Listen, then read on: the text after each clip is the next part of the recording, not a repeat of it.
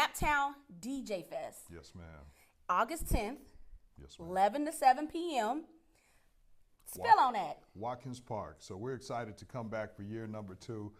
We're real fortunate to have the Midwest League come out to our inaugural event last year in 2023. Lola Don was there, Miss Ladina was there.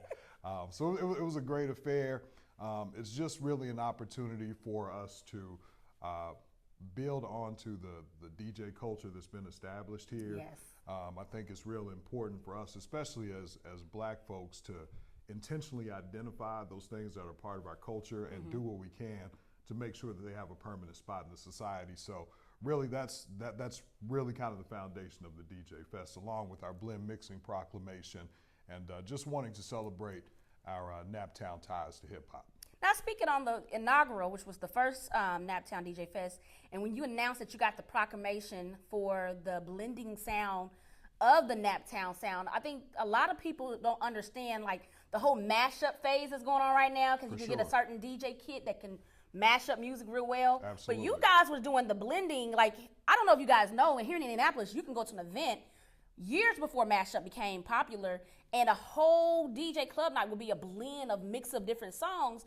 And so how did that feel to get that proclamation, being at the mayor's office, you had other DJs with you? How did that feel? It was incredibly important to me. It was a big moment. It's probably the single biggest accomplishment of my life, being a part of that.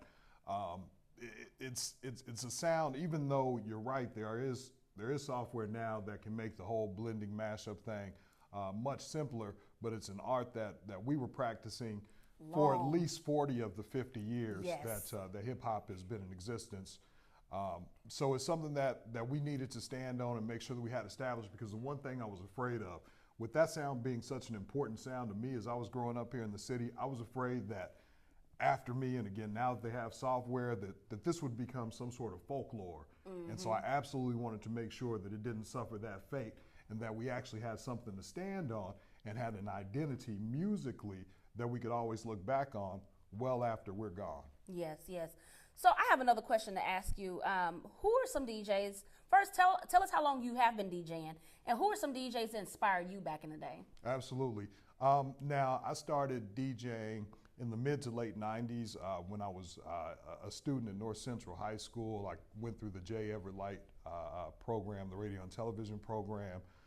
So after high school, it became more of a hobby for me. I pursued some other interests, and so I've only been a professional DJ now for the last 10 years.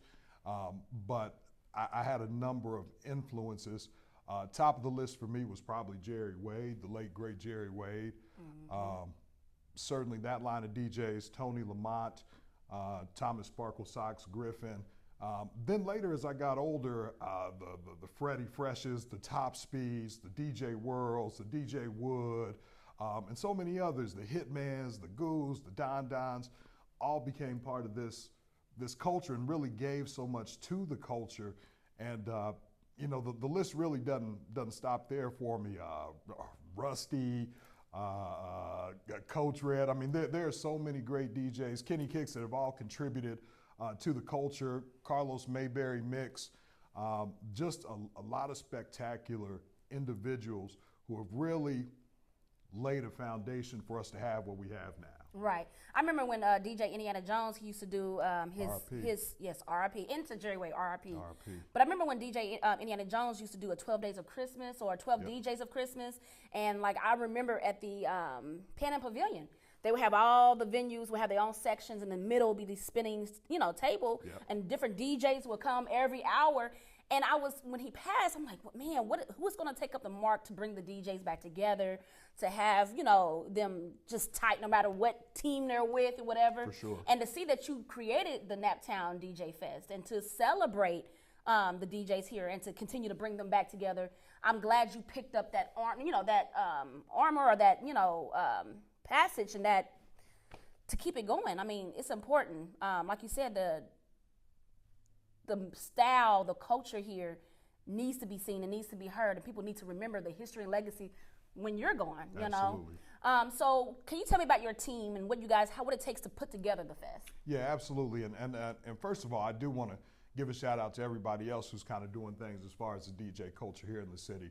I give a lot of credit to Boogie Bang yes. And Jaleesa and kind of what they're doing with the Vinyl Destination Battle League. I think it's important that we recognize and try and incorporate as much of the DJ culture because we're all in the same music business here in Indianapolis. So I do want to give them a shout out. As far as my team, I'm really blessed to have two incredible women working with me, Nikki Riddick, Brittany Be the Boss Jones. They've been spectacular. Last year, because by the time we got the proclamation, we only had once we knew the proclamation would be approved, we only had about 3 weeks to put the festival together. Oh, wow. So it was kind of a one-man job. I didn't know what I needed. I didn't know what needed to happen. I just knew that in that moment we needed to celebrate what was going on. And it turned out way better than I expected. Yes, it did. I would have never thought it would took you 3 weeks. I would have never thought it. 3 weeks by the grace of the Most High. But this time around, it's been a little bit different because we have had more time. This time I do have a team that's dedicated to all the things that I don't think of, from organizing to the vendor side to the sponsorship side. There's just a whole system of check and balances now that I didn't have last year. And so this year is really kind of the first time that it's a team effort. And so it feels like with the work that's being put in that we're on the right path and we're getting some great responses and feedback already. So I think I'll be able to answer this question a little better next year when it's time to do number 3. But I'm really excited about the team. And like I said, I've really been blessed to work with some phenomenal individuals. And at the end of the day, this is not my thing. So I welcome anybody's input from the DJ music community. I can't say that we'll say yes to everything, but certainly I welcome it because I don't ever want this to be that's DJ Long Green's thing. You know, it's our thing and it's for us. So I think the space is wide open for people to contribute if they've got ideas that they want to give, because I don't want this to be a I shape this for you. I want it to be a we shape this and this is what we have. Got you. So tell us about your nonprofit.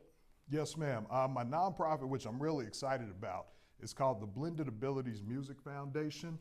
And basically what that is it's taking kids of different abilities and non-disabilities, bringing them together and teaching them things like DJing, like some music production, like some engineering, and just giving them a general education and also maybe a blueprint and expose them to options that maybe they weren't sure were there. The big thing for me, I do a lot of work with Special Olympics of Indiana. Nice. And I've got a son who also has disabilities, and I know what music means to him. So starting this foundation, those were kind of my motivations, because there are just so many stigmatisms as far as children with disabilities. Yeah. And sports, music, those are great ways to socialize them, and that's also a great way for people who may not have experience or comfort to become more familiar and a lot more open, because we do have a lot of adults even who are kind of hiding, if you will, because they don't feel comfortable because they weren't properly socialized and others weren't socialized with them enough to feel comfortable. So my goal and my mission here is to bring those 2 or 3 or whatever different types of people together so that everyone can see, yo, you've got value, I've got value, we can have value together. Yes. In spite of your limitations, in spite of my limitations, we can create some cool things. And if we can get that thought started early in people, then hopefully as those folks with disability who are sometimes outcasted grow up, they feel a lot more included in society. Yes. And I know so many adults are now getting diagnosed late in life. For sure. You know, they've always knew they were different or something about them that was different. And to be able to tap in with an organization that accepts them and includes them, that's amazing, you know. My nephew was looking for somewhere to learn how to do producing music, so I might have him come with you. Come on, please. We welcome that. And it's all ages, correct? Anybody? Yes, ma'am. Okay, that's Absolutely. awesome. So DJ Long Green, where can we find you at? Tell us your social media websites. Absolutely. You can definitely find me at DJ Long Green on Instagram, Long Green on Facebook, twitch.tv/DJ Long Green on Twitch.